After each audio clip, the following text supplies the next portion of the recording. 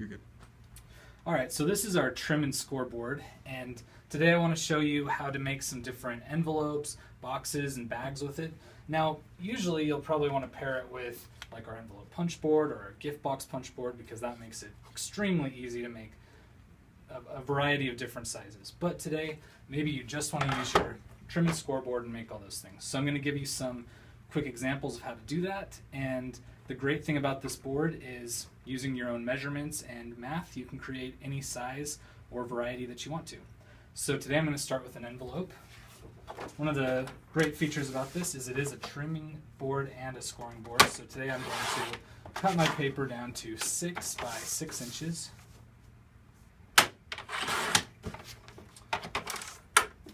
Alright, I'm going to make my envelope, but I want to give you a little tip first.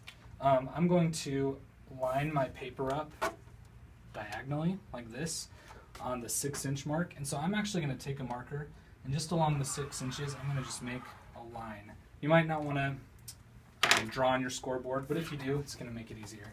So I'm just going to line it up. I'm going to score at 4 inches and 8 inches.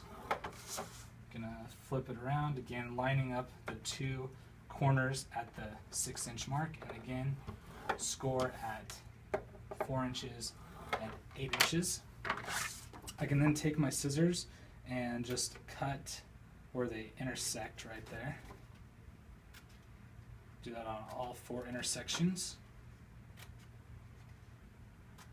This is where our envelope punch board really comes in handy because it does all this for you and makes it all perfect and precise.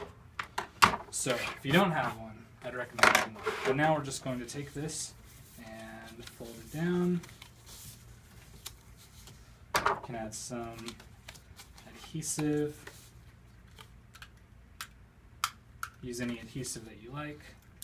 Just apply some here and here and fold it down like that, and there we have our envelope. I can do the same thing, but this is a cool little trick. So I'm going to do the same thing, but this time I'm going to turn it into a box. So I'm going to score at 4 and 4.5, as well as, let's see, as well as 8 and 7.5.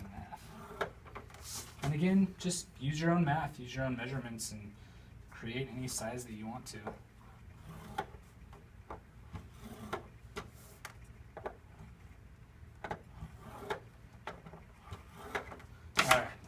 And now, I'm again going to cut along this area here.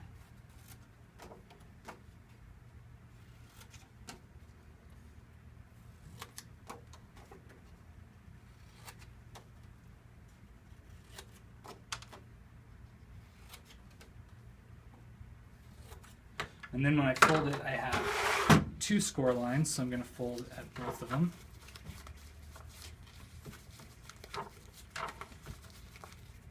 And then take my adhesive and maybe apply a little bit right here.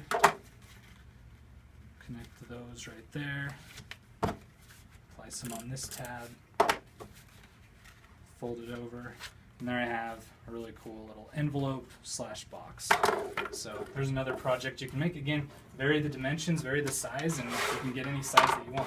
Alright, now I'm going to show you how to make a box. So I'm going to take my piece of paper. I'm actually going to trim this down to 8 by 8.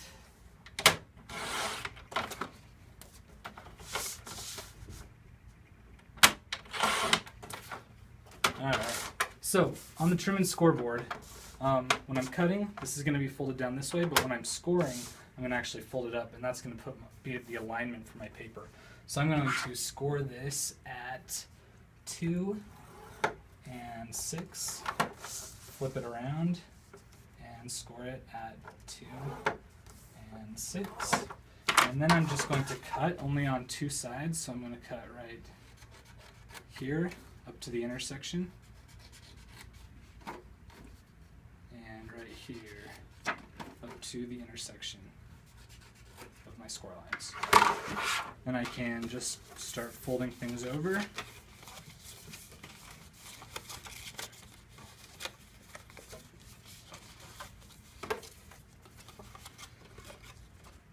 And I can Then apply my adhesive. I recommend using a really good strong adhesive so that your box actually stays put together for a long time.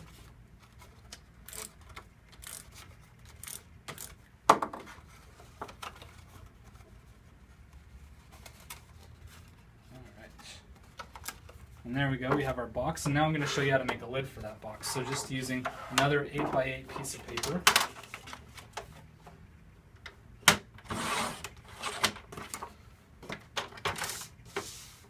It's really simple to do.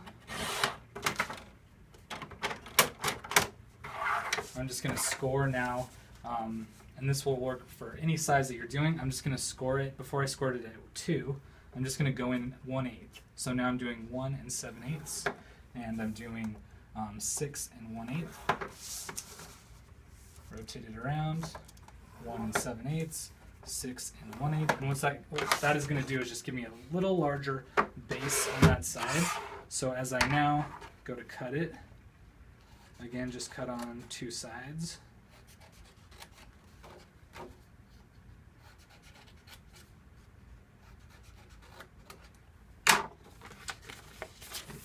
Up.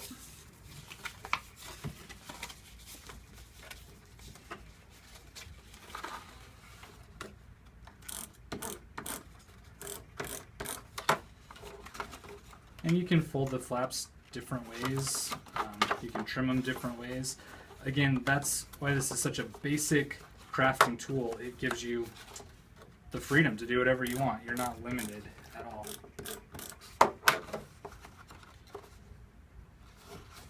There we go. This is going to be just slightly larger than this one. It'll fit on perfectly just like that. All right, lastly, I want to show you how to make a gift bag. So today I'm going to trim my paper to 9 inches.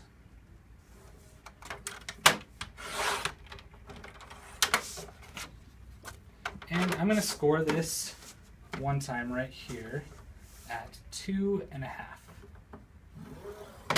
Then I'm going to rotate it around this way, and I'm going to score the length of it at 2.5. So I did 2.5, 5, oops, 7.5, and 10. And then I'm actually going to go into these middle ones right here, and I'm going to score at 3 3/4. So just splitting the difference between those two, and 8 3/4. And I have a couple extra score lines. That's all right. Okay, now I'm going to take this and I'm going to cut on these score lines again up until the intersection. I'm going to skip these ones because those are just the center fold seam of my bag.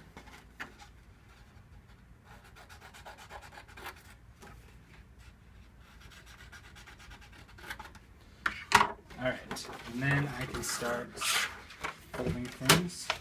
So I'm going to fold this down. And I'm going to fold on all 4 corners of my bag. Again, maybe I want a longer bag, I want a shorter bag. Doesn't matter, I can do whatever I want. I'm going to add some adhesive. This is going to be a tab. And this will just fold over onto itself like that. And then I can just fold all these little tabs in. I can spend more time if I want to and really, make sure everything's nicely folded and tucked inside and trimmed down. But for the sake of this video, we'll just go like that. And then I can actually take these corners, fold them in. Maybe I want to just fold this over like that. So there you see we have a bag, we have a box with a lid, we have an envelope box, and we have just our regular envelope.